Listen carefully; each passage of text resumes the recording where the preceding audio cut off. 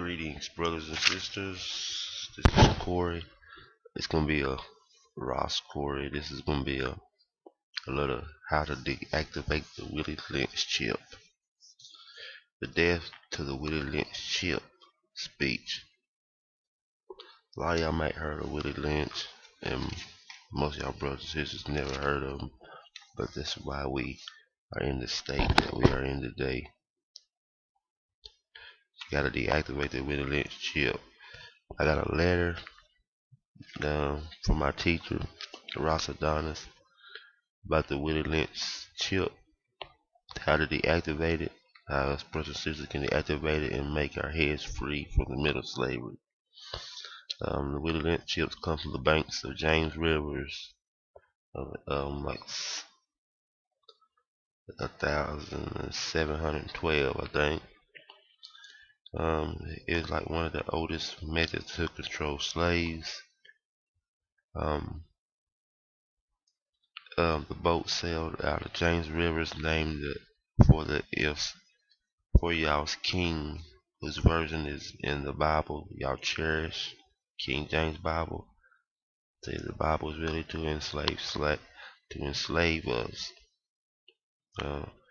While the Romans used cords and woods as crosses for standing human bodies, we down south they are using trees and ropes on occasions. He said, I shall assure you that distrust is stronger than trust, and envy is stronger than adulations, and he can make a slave generations for thousands and hundreds of years, maybe. Don't forget, you must pinch the old black male versus the young black male syndrome. Young black male versus the old black male syndrome. You must use the dark-skinned slaves versus the light-skinned slaves. You must use the female versus the male. You must also have your white servants and overseers distrust all slaves. But it is necessary that your house slaves trust and depend on them. It's crazy. Talking about the house slaves, you can do like the Uncle Tom's here today. Just got so much from licking the white man's ass. Okay, I'm gonna give you some how we are going to deactivate the Willie Lynch chip. We must understand the European Anglo-Saxon ideas and methods are ensuring the master-slave relationship.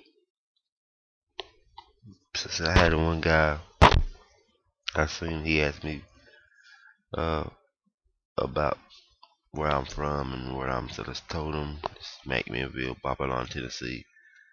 It's a lot of Willie Lynch psychic going on to us Africans here. I'm gonna give you some real slick details how they really enslaved us and made these black people like they are today. He said first he took the black African man and the African woman. He used simple principles that they used breaking a horse. So when we first got over here, they try to come. They thinking we were a wild animal, but they're the wild beast. If you can understand, that'd be another subject. He said the Europeans wanted to make sure that the future generation would see the necessities of maintaining African in an unnatural state. Europeans held the view that both horse and Africans are no good to the economy in wild or nature state. Most must be broken. Particular attention must be paid to the female and the youngest offspring, but must be crossbred, you feel me? Accordingly, both a wild horse and a wild or natural African is dangerous even if captured. Hence, both horse and African must be broken. Form of the mentality of the life of another. Keep the body and take the mind. That's what he's saying. Keep the body and take the mind. You must keep your eye open, cause they can really turn against you. That's what he's saying. Cause he's trying to. That's why the black women, they will usually take the black male and beat him half to death in front of his woman. So that makes her lose trust and regardless in a black male. Um, it said if you break the female mother, she will break it her offspring in the early years of development. It said don't kill them, but put fear in God in them. Now this right here is talking about breaking the process of an African woman. This is why our black mothers and sisters are like this today. Is that she is most important factor for a good economy. She will train her offspring in the early years to submit to labor when they become of age. Nature and had provided for this type of balance, all in her presence. See, it means by her being left alone and unprotected with her male image destroyed, the ordeal caused her to move from her psychological dependent state to be a frozen dependent state. In this frozen psychology state of independence, she would raise her female and male offspring, reverse roles. For the fear of the young male's life, she will psychology train him to mentally weak and dependent, but physical strong. Because she has become psychologically independent, she will train her female offspring to be psychologically independent. You got the African woman out in front and the African man behind and scared. By the killing of the protective male image, a submissive, dependent mind of the African male slave, unless the phenomenon occurs and reshifts the positions of the male and female slaves. That's why you see a lot of black females in offices working, and the black male still struggling behind.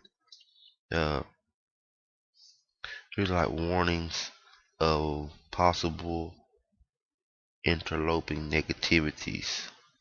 See, the mind has a strong drive to correct and recreate itself over a period of time. We've been slaves like 400 years, right? But the mind can correct itself. You start to search and break the chains. It says crossbreeding a horse means taking a horse, breeding it into the ass, and you get a dumb backwards ass, long-headed mule. That is not reproductive or reproductive by itself. See, they try to make us crossbreed. They try to get the strongest males.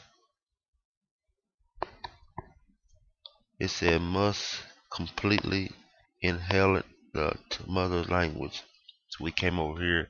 They killed a lot of our Africans for praying to Yahweh in a native tongue that they never knew, Amharic, um, Hebrew. It was the white man was trying to figure out it so good. White men so smart and sneaky. They could learn it, but they never could understand it. That's the native tongue that they can't understand because they want to know what these black people are saying and praying. They killing them. So that's how we lost our language. They beat it out of us so much we learn English. That's the easiest way you can really understand it. For example, if you take a slave and teach him all about your language, he will know all your secrets, and he is then no more a slave, for you can't fool him no longer. And being a fool is one of the basic ingredients in the maintenance of a slavery system. See what I'm saying? Being a fool makes you a slave. Being a fool, that's the system that you in. That's the basic ingredients in the maintenance of slavery system. For example, if you told a slave that he must perform in getting out our crops, and he knows the language well, he would know that our crops didn't mean our crops. And he did, the slave restriction will break down before he will relate to the basics on what our crops really meant.